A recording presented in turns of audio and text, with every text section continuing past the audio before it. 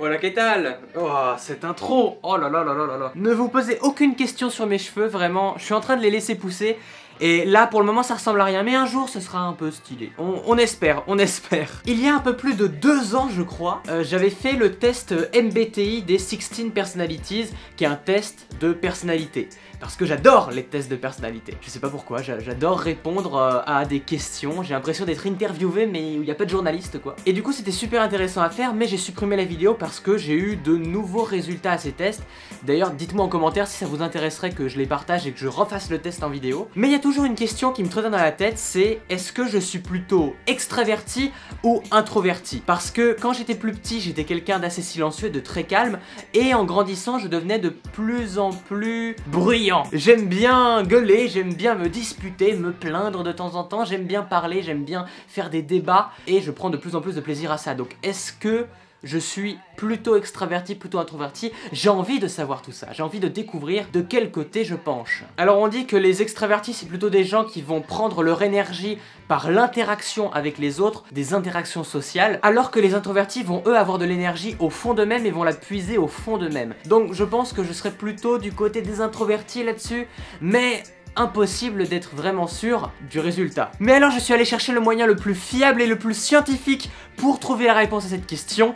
Un test de personnalité sur le net. Oui, parce que quoi de mieux que des questions sur un site paumé pour savoir qui tu es vraiment. Bon alors j'ai quand même trouvé un site plutôt intéressant qui s'appelle Le Monde pour les introvertis, et avec un test tiré d'un bouquin, donc qui je pense être plutôt fiable, je l'espère. J'espère qu'ils vont pas juste nous dire qu'on est tous des introvertis pour qu'on achète le livre, je vous vois venir. Alors le principe c'est qu'il y a 15 questions et on répond sur une échelle de 0 à 10, avec un 0 et un 10 qui sont des extrémités des réponses à chaque question, que je vais vous citer à chaque fois. Ne vous inquiétez pas, je vais vous citer les questions. D'ailleurs si les tests de personnalité vous intéressent, n'hésitez pas à aller voir la chaîne d'Anaïs qui est dans la description. Elle a fait une vidéo où elle fait le test de Winnie l'ourson, c'est un test pour découvrir ses troubles psychologiques selon les personnages de Winnie l'ourson.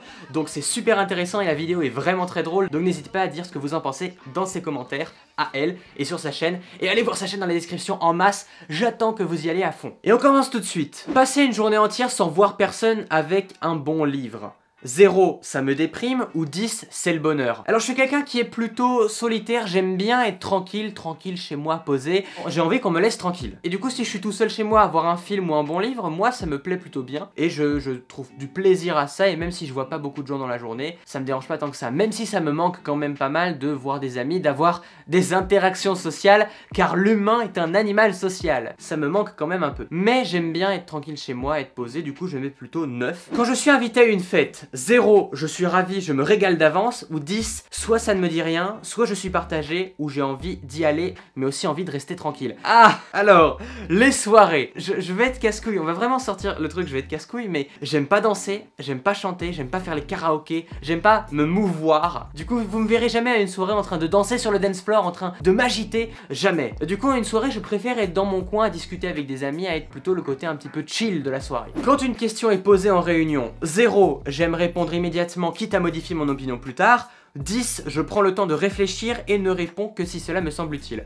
Alors je suis quelqu'un qui est un peu grande gueule, donc je vais répondre souvent un peu trop vite. Mais s'il y a vraiment une décision à prendre, je vais quand même réfléchir un peu. J'ai pas envie genre qu'on m'emmerde et du coup je vais réfléchir un peu longtemps. Mais je suis plutôt quelqu'un qui peut partir au quart de tour là-dessus, donc on va dire que je suis plutôt autour du 4. Voilà. Ah, dans une soirée, 0, j'assure une bonne partie de l'animation. Absolument pas. J'adore raconter des anecdotes et des histoires drôles et faire connaissance avec des personnes nouvelles. Ou 10, je préfère écouter, discuter et plaisanter avec les autres, ou bien retrouver une personne que je connais bien pour échanger dans un coin tranquille. Parfois je pense à autre chose, j'étudie les livres ou les DVD dans la bibliothèque. Il m'est même arrivé de me réfugier aux toilettes. Non, ça ne m'est jamais arrivé de me réfugier aux toilettes, pas à ce stade-là encore. Mais je suis quelqu'un qui va pas forcément aller discuter avec tout le monde à une soirée ou alors à une rencontre. J'aime bien passer du temps avec certaines personnes spécifiques, parce que je trouve que c'est plus intéressant en fait d'avoir une interaction longue avec les gens, parce que comme ça en une soirée tu peux te faire un ami qui peut rester un ami de longue date, et en fait en une soirée t'as eu une interaction vraiment intéressante que juste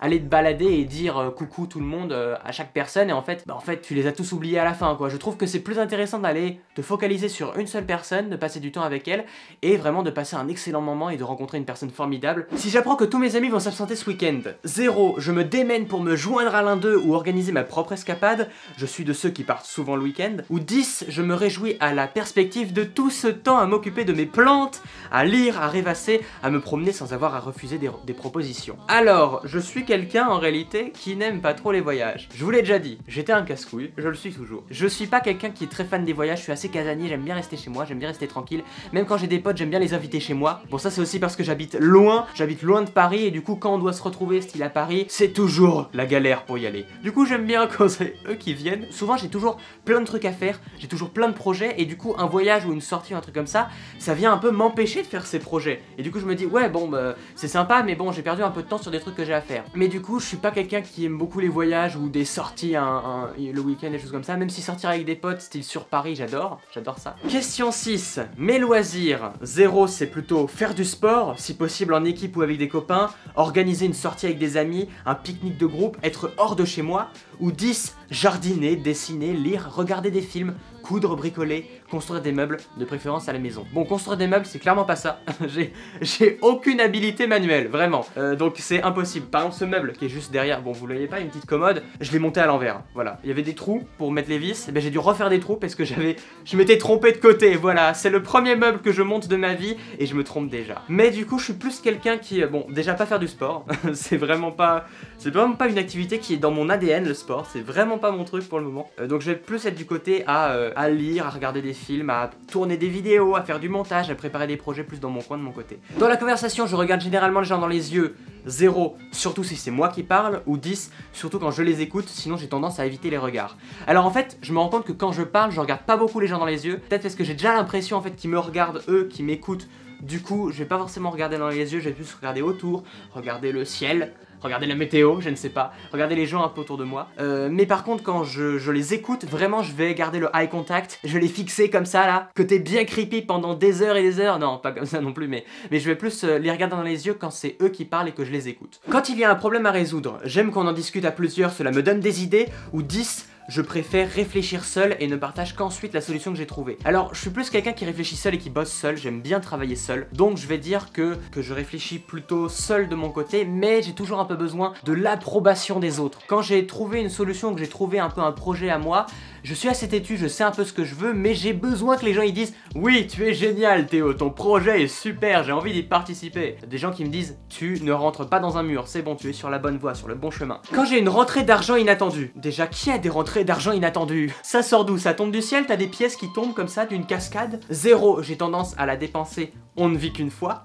YOLO. Oh là là. 10, je préfère la mettre de côté, on ne sait jamais ce qui peut arriver. Alors en réalité, je suis quelqu'un qui est très économe. Je fais très attention à ce que je dépense. Mais récemment, j'ai un peu trop dépensé d'argent. C'est pour ça que j'aimerais bien qu'il y ait une rentrée d'argent inattendue qui arrive. Je suis très économe quand je dois acheter des trucs pour moi. Je vais faire attention à ce que j'achète. Je veux pas acheter trop de trucs trop chers et tout. Mais quand c'est pour aller offrir des choses à des amis, aller dans un restaurant, inviter les amis à boire un coup, des choses comme ça, je vais facilement payer la tournée ou des choses comme ça si j'ai un peu d'argent de côté. Et du coup ça part vite. Pour décider de notre destination de vacances, 0, je discute de toutes mes idées au fur et à mesure, quitte à changer d'avis radicalement. Ou 10, je commence par me documenter, je soupèse les différentes possibilités et j'annonce finalement ma préférence. Je suis plus quelqu'un qui va citer les idées moi. Me documenter ça va plutôt après, je suis quelqu'un qui va un peu balancer plein d'idées comme ça. Est-ce que ça, on pourrait. Et du coup le problème c'est qu'il y a des gens qui vont parfois croire que je suis à fond sur un projet parce que j'ai cité des idées, alors qu'en réalité non, juste citer une idée comme ça alors que j'en ai pas forcément grand chose à foutre, j'ai juste cité plein de trucs. Enfant, 0, je voulais surtout jouer avec quelqu'un dehors si possible, où j'aimais qu'on me lise des histoires, je n'aimais pas rester seul trop longtemps.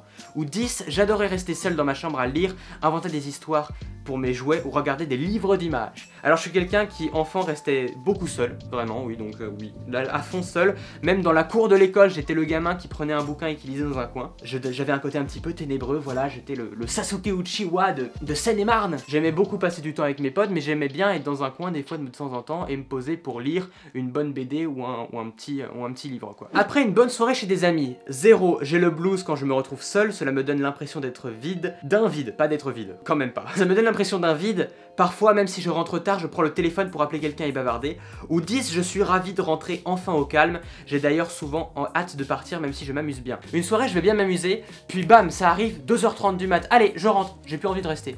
D'un coup, genre d'un coup ça tombe et j'ai envie d'être tout seul, j'ai envie d'être tranquille. Comme si ma jauge sociale avait atteint sa limite. Ouais, c'est bon, je vais rentrer, je rentre chez moi. Et du coup, je suis plus quelqu'un qui aime bien rentrer chez soi et qui est content d'être tout seul dans son lit le soir et d'être tranquille, quoi. Je me dis, c'est bon, la journée est finie, on va en préparer une nouvelle. Et ça me fait vraiment du bien, quoi. Question 13. Lorsqu'on me propose une sortie à l'improviste. 0, j'adore ça, sauf impossibilité, j'accepte. Ou 10, j'ai beaucoup de mal à m'adapter à des sorties de dernière minute. J'ai besoin de savoir à l'avance ce qui va se passer pour m'y préparer. Je suis quelqu'un qui est bourré de toc. Je suis quelqu'un qui est vraiment maniaque. Du coup, j'aime bien quand tout est un peu préparé. J'aime bien savoir ce qui va arriver à l'avance. Et du coup, les sorties à l'improviste, les trucs pas du tout prévus où on dit viens, on sort maintenant, je me dis, hein, quoi? Après, souvent, il y a des gens que j'ai envie de voir et du coup, ça me fait plaisir. Mais c'est toujours un peu compliqué parce que souvent, j'ai prévu de faire des choses dans la journée. Et vu que je suis un petit peu quand même mal organisé, moi, j'ai ce problème d'être le gars qui a plein de trucs à faire mais qui est un peu mal organisé. J'ai envie de faire plein de choses dans la journée, mais je les fais toutes à la dernière minute. Donc si à la dernière minute on me propose une sortie, j'ai tellement de choses à faire que j'étais censé faire le matin par exemple, que je dois tous les faire maintenant, c'est un peu compliqué. Donc je suis plus quelqu'un qui aime bien préparer à l'avance. Le feu passe à l'orange. Déjà il faut que je conduise pour que ça arrive. Je suis censé faire de la conduite accompagnée actuellement. Mais vu qu'il faut faire 3000 km et que ça me casse les couilles, ça fait plus de 6 mois que j'ai pas conduit. Moi j'ai vraiment un problème. Quand on me dit de faire des choses et je vois pas pourquoi je les fais, genre va conduire, juste pour conduire. Genre on va aller prendre la voiture et on va aller nulle part. Le but c'est de rentrer à la maison à la fin. Pourquoi conduire si on va nulle part? Courir dans un circuit et faire des tours de circuit. Tu cours pour aller où? Pourquoi tu cours pour revenir au même endroit d'où t'étais au début? Je ne comprends pas ça. Reprenons la question. Le feu passe à l'orange. 0, j'accélère pour passer avant le rouge. Ou 10, je ralentis et je m'arrête si possible. Je ralentis et je m'arrête si possible, bande de malades mentaux. Je n'ai pas envie de crever dans un accident, encore moins de créer un accident, ce qui est plus probable je pense que moi je crée un accident. Quand je suis perdu en voiture sans GPS. 0, je préfère demander mon chemin. D'ailleurs comme j'ai du mal avec le GPS, je demande parfois qu'on m'aide à le programmer.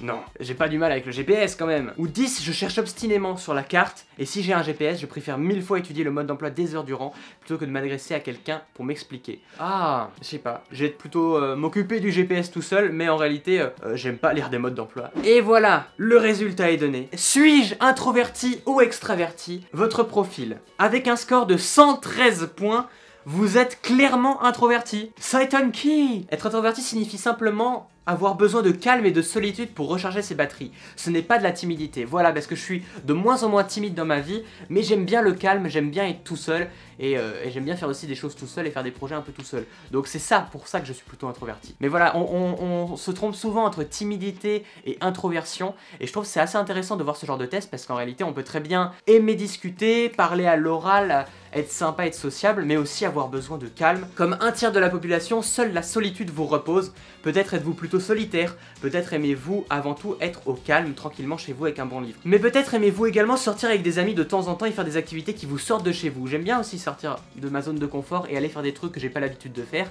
Et même si en fait au début j'ai un peu des a priori, j'ai un peu peur de le faire, ça me fait toujours du bien de sortir de cette zone de confort, d'aller faire de nouvelles choses, et je pense que c'est vraiment important quoi, de sortir de ça et d'aller explorer. Dans notre monde, dans notre société, on aime les gens qui ont la tchatch, qui ont du charisme. Et en réalité, c'est pas forcément lié aux gens extravertis. Je pense qu'on peut très bien être quelqu'un d'assez introverti et aussi avoir ces qualités-là, de leader, de côté un peu charismatique, un peu qui a la tchatch. Putain, ce mot des années 80, la tchatch, qui dit ça? C'est si nul, c'est si ringard. Je pense que c'est assez intéressant de voir ce genre de test pour se dire mieux se comprendre, mieux se connaître, et de se dire que c'est pas ça qui va définir en fait si tu vas réussir ou non dans la vie quoi. Voilà, je viens de terminer ce test, le résultat est plutôt intéressant. Je pensais pas être autant introverti que ça, mais en réalité en voyant la liste des questions et les réponses que je donnais, c'était sûr que ça allait être ça, c'était sûr. Donc voilà, n'hésitez pas à me dire en commentaire si vous avez fait ce test aussi ou des tests comme ça, si vous êtes plutôt extraverti ou introverti. N'hésitez pas à me dire si des tests de personnalité ça vous intéresse, parce que j'adore en faire, et du coup si ça vous intéresse que j'en fasse en vidéo ou d'autres trucs ou d'autres tests, n'hésitez pas à les partager aussi. Voilà, j'espère que cette vidéo vous a plu. Si c'est le cas, n'hésitez pas à liker, à vous abonner, à partager à un de vos amis qui est plus introverti ou extraverti que vous. On se retrouve la semaine prochaine vendredi à 17h30 pour une nouvelle vidéo. Portez-vous bien, à très bientôt, ciao.